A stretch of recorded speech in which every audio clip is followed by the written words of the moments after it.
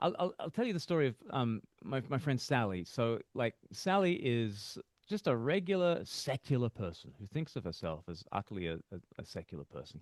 And I remember her saying to me one time, of course, you realize I could never be a believer, Len.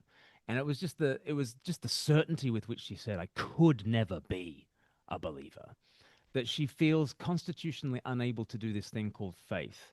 And she looks at me and she looks at my wife and she says, "Okay, you two, you've got the faith gene or whatever it is. Like midichlorians, racing through Jedi blood. You've got this thing called faith deep within you." And sometimes she looks at us and she thinks she dodged a bullet. Sometimes, though, she looks at us and she thinks we hit the jackpot.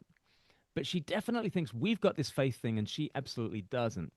And what I want to do with Sally evangelistically, one of the things I want to do is to wake her up to the fact that she's already exercising faith all the time.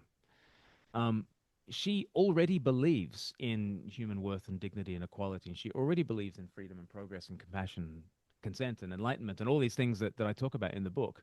She already believes in those things, and she doesn't have a logical argument for any of them.